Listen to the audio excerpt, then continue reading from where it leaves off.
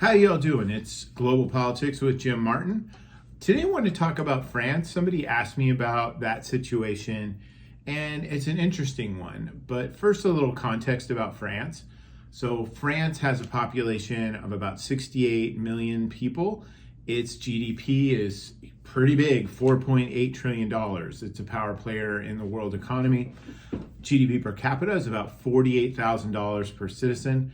They're a NATO member and a member of the EU. I think a founding member of the EU.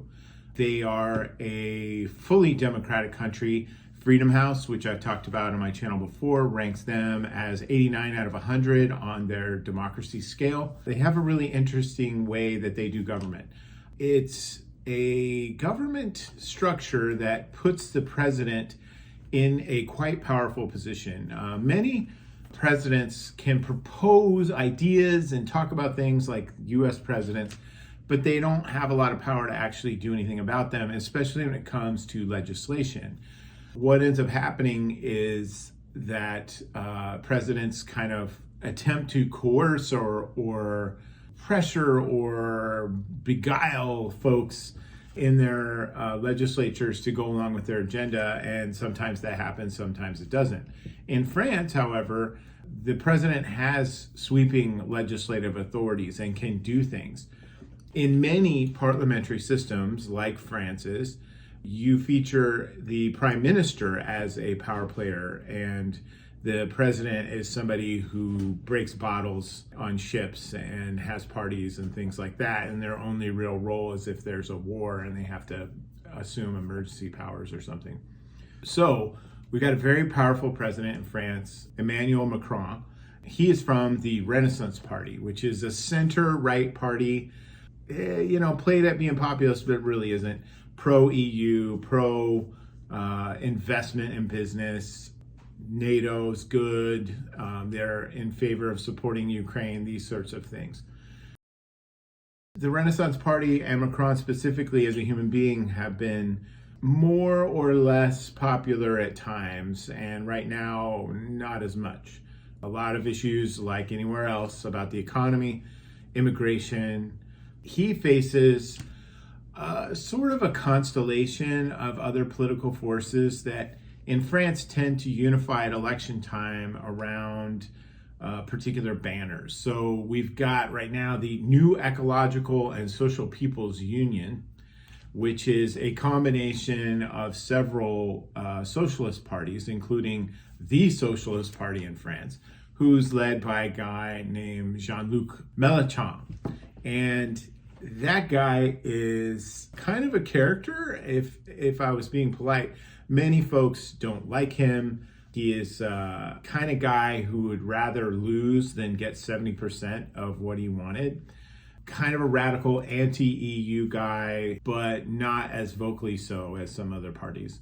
One thing I have to say about the French system too, and the powers of the presidency, is normally after an election in a parliamentary system, the largest party often, or the most powerful or most influential party amongst the groups that can form a coalition, becomes the prime minister. And they often have to get invested by the legislature, or in some cases by like a king or somebody like that. But like in Britain, that's what happens. In France, after an election happens, the president actually gets to pick who's going to be the prime minister, which is kind of nice, if you're a president in France anyway. So after the last election, the New Ecological and Social People's Union kind of alliance of parties wanted Jean-Luc Mélenchon to be prime minister. However, Emmanuel Macron said, nah, I don't like that guy. So he picked Michel Barnier, who's a conservative, more conservative than Macron in many ways, an extremely experienced politician, skilled negotiator, been there, done that in the EU, in France, all over the place. And that satisfied no one, but they weren't mad enough to do anything about it for a while. The other big power player as a result of the election results last time was the National Rally, or the far-right party in France, which is led by Marine Le Pen. So Marine Le Pen's been really active in politics for probably 20 years, but has vaulted to national prominence within the last 15.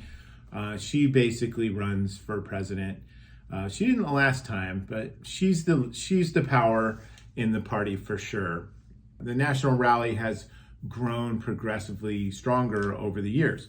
They are an anti-immigrant, anti-EU, far-right party these days. They used to kind of be somewhat of a far-left, far-right populist party mess back in the 70s under her dad. She's definitely charted a different course. Everybody hates the National Rally. So in the last elections for president, for instance, everybody really ended up strategically voting to exclude the AFD from getting past the first round of presidential elections there. Those are kind of the power players that are there. There's another alliance of right and center parties that are bouncing around in their legislature to bring things back to where we are now. Barnier, on the behest of Macron, was pushing forward some things like a budget and some other initiatives, and those were voted down. And that led the Assembly to bring a vote of no confidence. And this was led by Macron. That's what they did, and that passed. And that means not that there will be new elections, because there can't be. Can't have new legislative elections in France within a year of when they happened before. So that's would be some months down the road. What that means is Macron gets to name another prime minister, and someone who is more or less not nauseating to everyone, or at least not irpy enough to disgust a majority of the people that are representing their folks in the legislature. So I don't know if he can do that or not. We'll find out. But in the end, he's probably going to be faced with the same situation again. And perhaps at that time, they will have to have new legislative elections. That said, Macron is president until 2027. So he gets to continue to enjoy his sweeping powers until that time. Thank you very much. I hope that was interesting. If you can, please like and subscribe. It really helps the channel out. I look forward to seeing you on the next one. Thank you.